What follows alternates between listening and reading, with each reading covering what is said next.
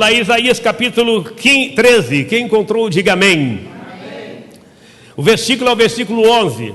Eu posso ler? Amém. Sim ou não? Sim. Castigarei o mundo por causa da sua maldade, e os perversos por causa da sua iniquidade. Farei cessar a arrogância dos atrevidos e abaterei a soberba dos violentos. Vocês podem ler como está escrito?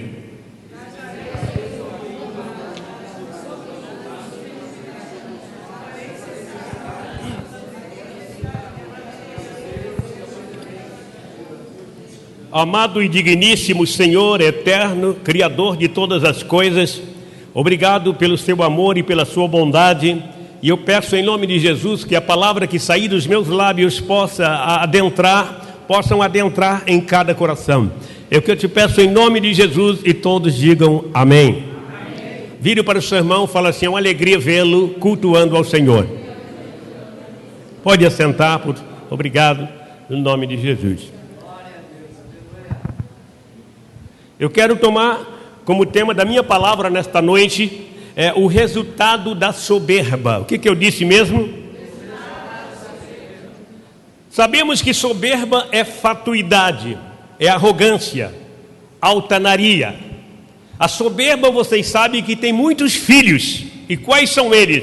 O orgulho, a vaidade, a vanglória, a arrogância, a prepotência, está me entendendo? A presunção, a autossuficiência e o amor próprio. A soberba antecede a destruição e a elevação do espírito, a queda, a destruição. Toda pessoa soberba, ela não aceita ser corrigida. Ela não deseja ser mudada por um comportamento superior, porque já possui dentro dela um espírito de conduta inferior que o satisfaz. Quem entendeu, fala amém. Assim como no passado muitos e muitos soberbos foram abatidos, assim será também no futuro muito próximo. Aliás, todos nós sabemos que muitos soberbos e arrogantes já estão sendo abatidos e eliminados nesses nossos dias, pelas suas má condutas, pelas suas corrupções. Aqui no Brasil, esta praga embusteira parece não ter fim. Quem está entendendo, diga amém. Amém. Tantos golpes, tantas malandragens, tanta violência, que parece que não vai acabar nunca mais. Mas deixe-te dizer uma coisa: a Bíblia, na sua sensibilidade, nos mostra quantos e quantos soberbos, quantos e quantos líderes mal agradecidos que não conseguiram se prevalecer ou não prevaleceram. Por isso eu quero relatar nesta noite uma história extraordinária a respeito de líderes soberbos, arrogantes e sanguinários que tiveram um fim doloso. Mas preste atenção com o que vou dizer aqui nesta noite. A Babilônia, que todos conhecem, já ouviu falar, todos conhecem por ler na Bíblia, foi a maior nação na face da terra. A cidade da Babilônia media 80 quilômetros quadrados. Os muros da cidade da Babilônia eram tão largo, que 7 carruagens poderiam correr junto, lado a lado. Quem está entendendo, diga amém. O palácio da Babilônia era muito brilhante, era o mais brilhante de toda a terra. Os enfeites nas paredes do palácio eram coisas finas, de ouro puro. E o salão de festa era o mais luxuoso de todo o mundo. A torre da Babilônia, ela media 120 metros de altura. E lá em cima estava escrito os nomes dos deuses babilônicos. E além disso, lá em cima também estava guardado os cálices de ouro e de prata que Nabucodonosor havia tirado do templo em Jerusalém e trazido para a Babilônia. O estoque de alimento que tinha ali no palácio era para cerca de 5 anos. Eles tinham um privilégio no palácio. Outros podiam morrer de fome, mas ali no palácio eles tinham um estoque de comida para no mínimo 5 anos. Quem entendeu, diga amém. toda a riqueza, todo o ouro, toda a pedra preciosa estava ali no palácio na Babilônia. Mas deixa eu te contar uma história. Nabucodonosor foi um dos reis mais temíveis de toda a terra, soberbo e mal agradecido. Se julgava ser o máximo, era cruel e sanguinário. Quem está entendendo? A soberba de Nabucodonosor era tão grande que o levou a comer capim por 7 anos. A Bíblia diz que Deus o fez cair, e 7 anos ele viveu entre os animais. A sua pele nasceu pelos grossos, e ele então vivia entre os animais, e comia capim e bebia água dos mesmos corchos que os animais bebiam. Ele ficou como um animal. E foram 7 anos, diz a Bíblia, um rei vivendo no meio dos animais, comendo e dormindo com eles. Até que um dia Deus abriu um pouquinho a sua mente, para ele reconhecer que o ser humano não é nada. Para o homem reconhecer que sem Deus nada podemos fazer. Foi então que ele, quando Deus abriu, ele começou a meditar, olhar para onde ele estava vivendo, quem ele era e o que estava sendo agora. Então ele dobra os seus joelhos arrependidamente, reconhecendo que o Deus de Israel, o Deus criador dos céus e da terra, é o máximo, é o Senhor, é o Deus que pode todas as coisas. Quando ele se arrepende e chora arrependidamente, e Deus permite que ele volta outra vez a governar a Babilônia. E ali ele ficou por um bom tempo, diz a palavra de Deus, governando. Quando ele chega ao fim da vida, já tinha alguém preparado para assumir o seu lugar, que era Belsazar. Ele morre, Belsazar assume. Belsazar, segundo as interpretações no hebraico, não era filho, ele era neto, era filho da filha de Nabucodonosor. Mas como naquela época, se você olhar o Velho Testamento, os filhos chamavam os avós de pai, e os avós chamavam os netos de filho. Eu tenho isso que eu falei de manhã e repito. Na minha casa, eu e meus irmãos chamavam os nossos avós de pais. Toda a vida eu chamei minha avó de mãe velha. Aliás, eu não usava a palavra velha, eu falava mãe velha, e chamava ele de pai velho. E então eles, meus avós, nos tinham como filhos. E se olhando para a Bíblia, é assim também. Se você olhar no Velho Testamento, a terceira, a quarta, a quinta geração chamando o meu pai, o seu pai Abraão, o seu pai Isaac, o seu pai Jacó, a pessoa lá na frente.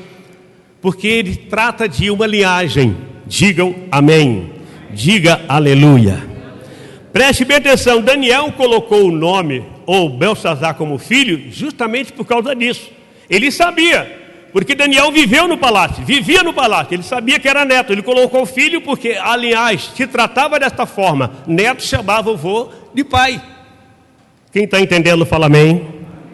A Bíblia deixa bem claro que Belsazar, quando assume, ele herdou toda a soberba do seu pai ou do seu avô. Toda a maldade, toda a crueldade ele herdou. Se ele fosse mais inteligente, ele ia parar e ver como foi os dias finais do seu avô. 7 anos comendo capim. Se ele fosse esperto, ele iria dizer: eu não vou por esse lado, eu vou olhar o final da vida do meu avô e vou servir ao Deus que fez ele cair e fez ele reconhecer que não há Deus como ele. Mas não, Belsazar começou a copiar o passado do pai, o passado do seu avô, sanguinário, ruim, soberbo, arrogante, homem terrível, que todos tinham medo dele. Quem está entendendo, diga amém. A soberba e a falta de reconhecimento era o anseio de Belsazar. Além de ser soberbo, ele era mal agradecido. Belsazar foi um dos reis mais atrevidos daquela época. Ele era pior do que Nabucodonosor. Ele era tão pior que ele viveu bem menos. Quem está entendendo, diga aleluia. todos conheciam o tamanho da altaneria de Belsazar. Era o maior crítico em relação a Deus. Era idólatra e provocador. E um dia ele resolveu realizar uma festa para 1000 convidados, das pessoas mais finas da época. Eram príncipes, governadores, coronéis e muitos generais. Só pessoas da alta. Convidou-o para uma festa na sala ou no salão real do seu reino. E todos receberam o convite. No dia do convite, no dia da festa, todos foram comparecendo. E o porta-voz foi recebendo as pessoas, desejando boa-vinda. E as pessoas foram entrando e se acomodando naquele grande salão. Tiragosto e bebidas de várias qualidades eram servidas para o povo. E ao som daquela música classe, todo mundo bebia, tiravam tiragosto, e as horas foram passando. 2 horas depois, a trombeta soaram. Todo mundo ficou quieto, levantou e olhou para a porta. O porta-voz então aproximou e disse: gente, se prepare, porque o rei está vindo para desejar a todos boas-vindas. As trombetas soaram, as portas se abriram e o rei Belsazar se apresenta. Quando ele aparece, todo mundo aplaude, ele é recebido com aplauso. E então Belsazar deseja boa-vinda a todos os seus convidados. Minutos depois, o mestre Cuca aproxima e disse assim: majestade, o jantar está pronto. O jantar está pronto. O rei então autorizou: pode servir. Agora imagina 1000 convidados. Imagina agora quantos garçons para servir 1000 convidados. Imagina quantos copeiros para trazer bebida para 1000 convidados. Imagina quantas pessoas estavam na cozinha cozinhando. Então, além de 1000, havia praticamente 1.200 pessoas, o total. Comida para rico, comida para príncipe, comida para pessoas de alto nível. Imagina que tipo de comida e o tipo de bebida. Todos comeram, todos beberam, todos estavam à vontade. A palavra de Deus deixa bem claro que quando todos estavam comendo, aliás, terminando o seu jantar, terminando de comer aquela deliciosa comida, faltava pouco para o encerramento. Belsazar levanta e diz: eu não quero que ninguém volte para casa antes de tomar o meu melhor vinho. Imagina o melhor vinho para o rico. Se olha, o vinho de pobre custa R$10, R$15, R$20, por aí. Se olha, o vinho do rico é R$1.000. Então imagina o vinho que Belsazar tinha ali no palácio para dar aos seus convidados. Eu quero encerrar com chave de ouro, disse Belsazar. Vou servir a vocês o melhor vinho de toda a Babilônia. Chamou o chefe do copeiro e disse: suba lá nos meus aposentos, lá na torre, e retira todos os cálices que meu pai trouxe de Jerusalém, do templo de Jerusalém. Tragam, e eles trouxeram. Agora sirva o vinho nesses cálices para os meus amigos, para os meus convidados. E o vinho foi servido naqueles cálices. Não era esse cálice que nós tomamos na ceia, era cálice maior talvez do que esse copo, cheio, e todos beberam, porque era de ouro. Todos beberam nos cálices de ouro. Acabava, coloca mais.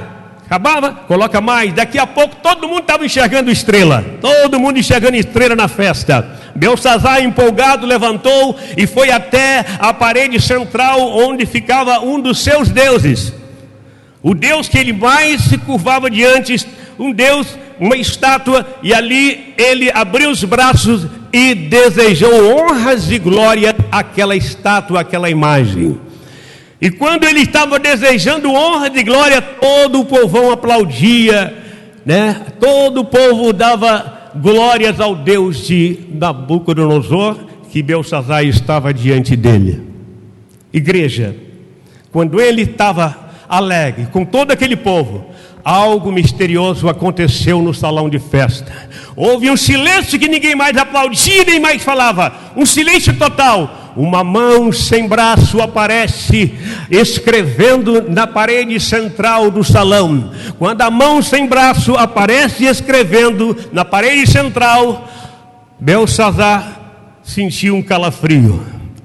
Ele ficou gelado.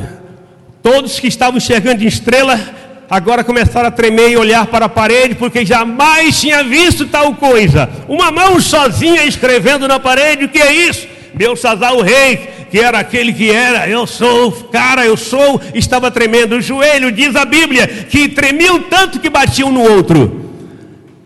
Quando a mão desaparece, um silêncio. Belsazar levanta a sua voz, o soberbo levanta a sua voz, o arrogante levanta a sua voz, dizendo: entre os meus amigos, alguém pode me explicar? Alguém pode ler essas escrituras? O que está escrito? Houve um silêncio total. Ninguém se manifestou, porque ninguém sabia o que estava escrito ali. E ele então disse: se alguém ler e me interpretar, eu darei um dos meus colares, colocarei no seu pescoço e farei ser a terceira pessoa no meu reino. Ninguém se manifestou, porque ninguém sabia o que estava escrito ali. Quem entendeu, diga amém.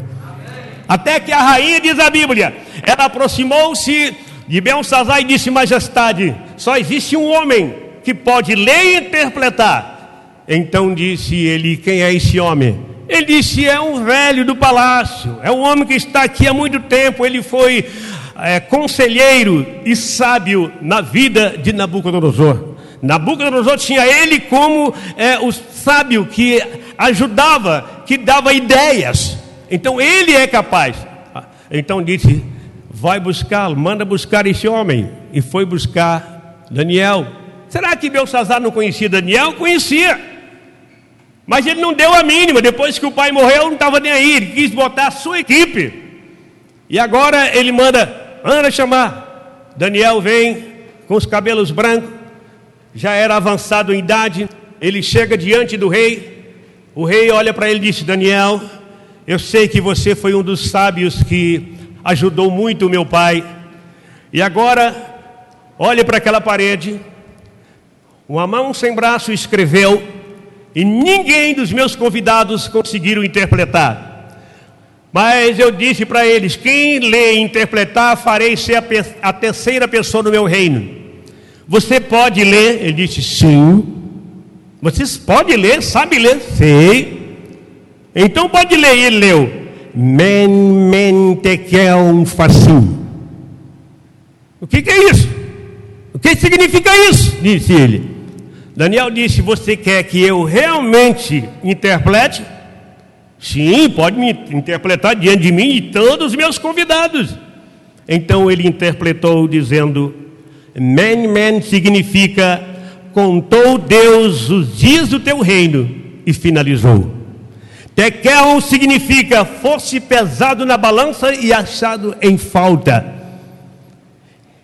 E Pérez, ou seja, Parsim, ele disse: dividido é o seu reino, dividido será o seu reino entre os medos e persas.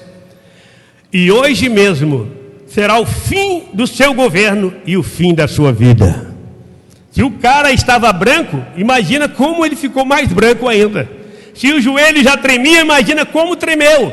Ele cumpriu com a sua promessa. Ele tirou o colar do seu pescoço e colocou no pescoço de Daniel, fazendo de Daniel a terceira pessoa no seu reino. Quando ele terminou de fazer isso, ele sentou no seu trono e só virou a cabeça para o lado e morreu. Morreu porque não reconheceu que tudo que ele tinha foi Deus que o colocou em suas mãos. Que esforço fez Belsazar para ser um rei tão poderoso? O que ele fez? Ele trabalhou, adquiriu alguma coisa? Não fez nada. Ele adquiriu o que Deus havia colocado nas mãos do seu avô, do seu pai. Ele estava adquirindo algo que Deus já havia dado ao seu pai. Então ele deveria agradecer a Deus. Não. Ele se curvava diante das estátuas, da imagem de escultura, que tem boca, mas não fala, tem olhos, mas não vê, tem ouvidos, mas não ouve. E ali ele prestava o seu culto e as suas orações. Amados, o que eu quero dizer com isso? Quero dizer que a recompensa do soberbo é desta forma, é dessa maneira. Todo soberbo tem esta recompensa, um final doloso, um final triste. Por isso eu digo a todos nesta noite: não permita que a soberba faça parte da sua vida. Não aceite. Olhe para os céus e veja que Deus é Senhor. Se você está vivo, respirando, é porque Deus está te dando a oportunidade de continuar vivendo e adorando a Ele. Nós existimos para adorar o Deus vivo. Nós fomos chamados para celebrar ao Deus de Israel. Nós fomos chamados para servir um Jesus Cristo que morreu na cruz, ressuscitou e está vivo e está aqui agora no nosso meio.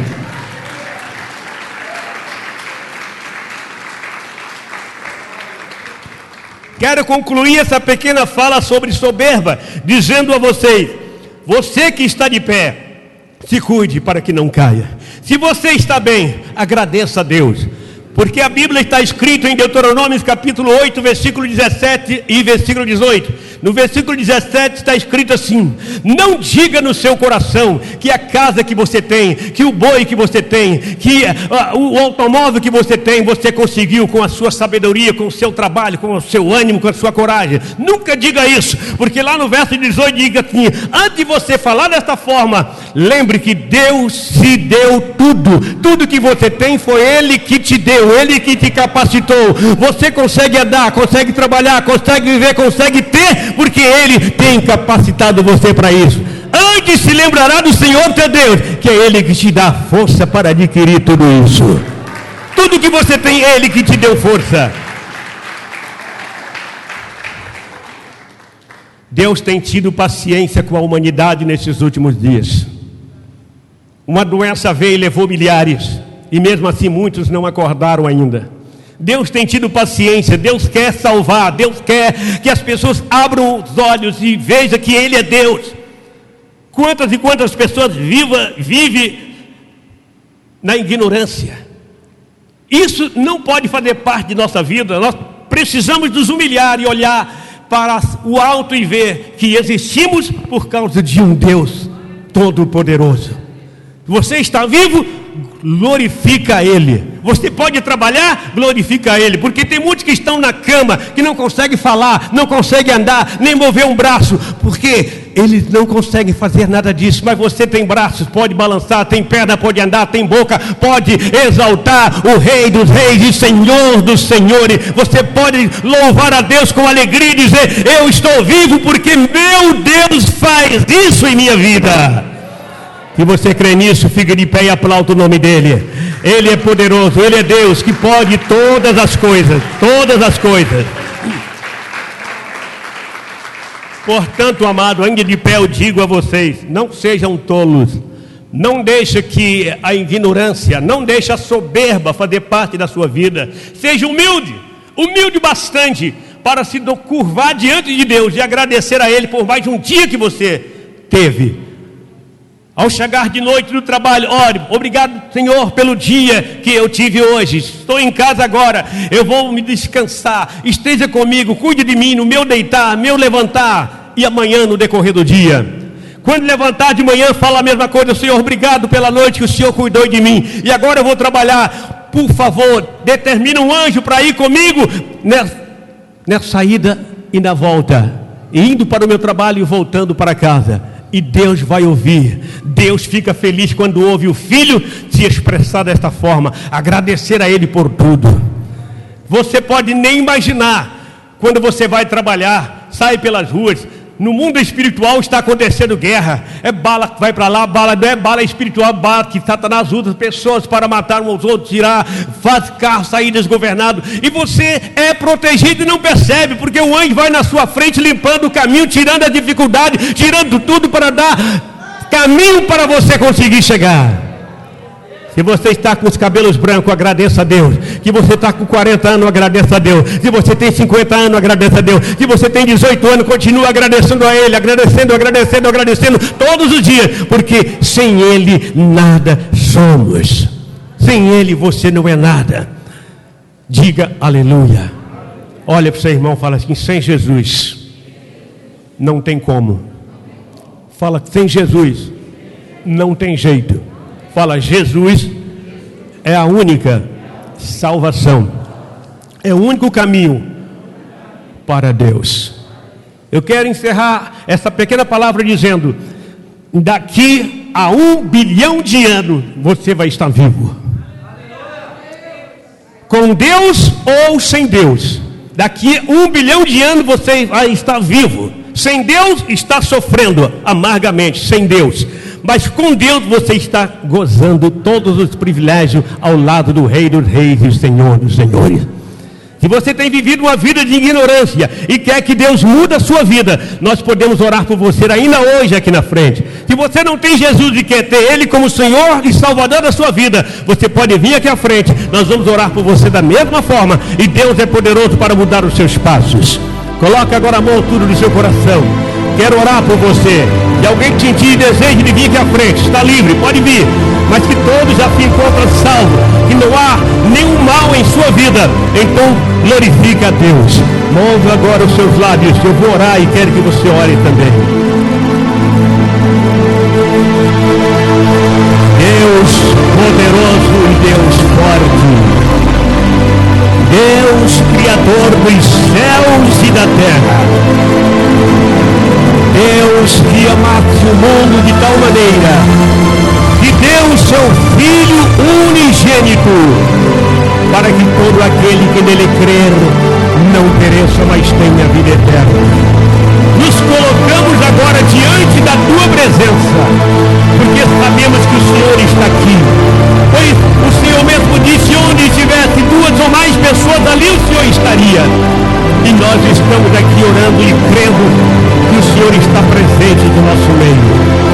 Eu te peço, visita aquele que está doente, visita aquele que está problemático, visita esse que está precisando de socorro em alguma área, visita esse que está, meu Deus, precisando de uma mudança completa na sua vida. Visita agora a casa, visita agora os familiares, visita agora, meu Deus, este homem, esta mulher, visita um parente que quem sabe está hospitalizado, visita, meu Deus, aqueles que estão nas creches, nos orfanatos, nos asilos, visita um parente que está necessitado, visita um parente que vive, que é dominado pela bebida alcoólica. Tu pode visitar agora e fazer tomar nojo da bebida, tomar nojo das drogas, tomar nojo do crack, tomar nojo de tudo que não presta. Meu Deus, eu oro e peço que alguém esteja agora com uma doença, que agora seja restaurado, seja curado, seja libertado e transformado pelo poder que há no nome do Senhor Jesus Cristo. Eu oro, meu Deus, e declaro esta igreja abençoada, livre de toda soberba, livre de toda maldição. Eu declaro abençoado todos, em nome do Pai, do Filho e do Espírito Santo de Deus. E aquele que crê, diga um aleluia bem forte. Então levanta as duas mãos e fala assim: Deus, eu creio que o Senhor me salvou, a minha vida está nas tuas mãos, me ajude a fazer a tua vontade, no nome de Jesus, e aplaudo o nome dele, porque ele é Deus Todo-Poderoso. Aleluia, paz do Senhor, irmãos. É uma alegria saber que vocês vão passar pelas águas. Lá na nossa igreja também nós vamos batizar 3, e isso é alegria para o reino de Deus, amém? Vamos fazer isso mesmo. Quanto mais arrancarmos vidas das garras do diabo e colocarmos no reino de Deus, e consolidarmos e discipularmos, vocês serão uma potência na mão de Deus, em nome de Jesus. Senhor, eu te apresento, Pai, estas vidas que irão descer as águas neste mês. Que o Senhor esteja abençoando, Pai, restaurando, libertando, fazendo deles, ó Pai, obreiros aprovados, que não tenham do que se envergonhar, mas que manejem bem a Tua palavra, porque a nossa guerra não é contra a carne, não é contra homem, não são contra as pessoas, mas a nossa guerra é, Pai, no reino espiritual. E nesta noite, em nome de Jesus Cristo, nós desfazemos toda a obra do inferno que vem, ó Pai, contra estas famílias, contra estas vidas que pretendem se batizar, meu Deus. Toda arma do diabo, Senhor, toda seta inflamada do maligno, desde agora seja repreendida. Que não haja, Senhor, nada que venha atrapalhar este dia, Senhor, tanto aqui como na nossa igreja lá no Santa Cruz, como em outros lugares. Pessoas, meu Pai, se batizarão, pessoas renunciarão, Senhor, a vida do mundo e renascerão para o Senhor. Pessoas comprometidas com a tua palavra, denunciando o pecado, sendo o Senhor uma bomba, sendo uma explosão de bênção na vida de outras pessoas, no nome de Jesus Cristo. Que ao mesmo tempo, Senhor, que eles forem batizados nas águas, eles sejam tomados pelo teu Espírito Santo, sejam tomados pela autoridade do Senhor, revestidos pelo teu poder, para que eles possam ganhar mais almas para o Senhor, em nome de Jesus. Amém. Amém, Jesus. Glória a Deus. Vamos dar uma salva de palmas para esses rapazes, moças que estão aqui. Meus parabéns pela decisão. Meus parabéns pela decisão. Meus parabéns pela decisão. Meus parabéns pela decisão. Meus parabéns pela decisão. Amém. Voltem para os seus lugares, confiando em Deus. Eu quero lembrar, enquanto a doutora Jaqueline está vindo, quero lembrar que nós temos aqui na primeira e terceira quarta-feira, o que mesmo? Alguém lembra? Discipulado. Nós tivemos quarta-feira passada, agora sem ser essa quarta, na outra estaremos reunidos aqui novamente, no nome de Jesus. Amém? Amém. E Deus abençoe. Principalmente vocês novos, se quiserem vir participar, é muito bom que vocês vão aprender mais e mais. Amém? Pastora. Amém. Louvado seja o nome do Senhor. Palavra maravilhosa, falou aos nossos corações. Amém. Vamos aplaudir o nome do Senhor Jesus mais uma vez? Amém. Toda honra, toda glória, louvor e adoração ao teu nome, Senhor. E aqueles que vão batizar, que Deus abençoe, que continue firme nessa jornada. Amém. Amanhã, culto de oração às 20 horas. Venham, o crente só fica de pé se orar, se buscar a presença de Deus. Amém. Vamos orar agradecendo por este culto maravilhoso, por a palavra, por tudo quanto foi feito aqui, pela presença do nosso Deus. Senhor Deus Todo-Poderoso, muito obrigada, Senhor, pela palavra, pelo este culto maravilhoso, Senhor. Nós te agradecemos, ó Deus amados, e pedimos, Senhor, continue conosco, nos abençoando, nos guardando e nos livrando, pois nós somos dependentes da tua misericórdia, Senhor. E desde já, Senhor, nas tuas mãos nós já colocamos a nossa noite de sono, a nossa casa, a família nas tuas mãos. A semana que já se inicia, que o Senhor esteja à frente de tudo, meu Pai, quanto nós formos fazer, que o Senhor esteja nos guardando, nos abençoando, nos direcionamos, pois nós precisamos do Senhor. Nós te agradecemos em nome do Pai, do Filho e do Espírito Santo de Deus. Que o grande amor de Deus Pai, a graça do nosso Senhor Jesus Cristo e a doce comunhão do Espírito Santo esteja não só hoje, mas para todo sempre. Amém. Vão em paz em nome do Senhor Jesus.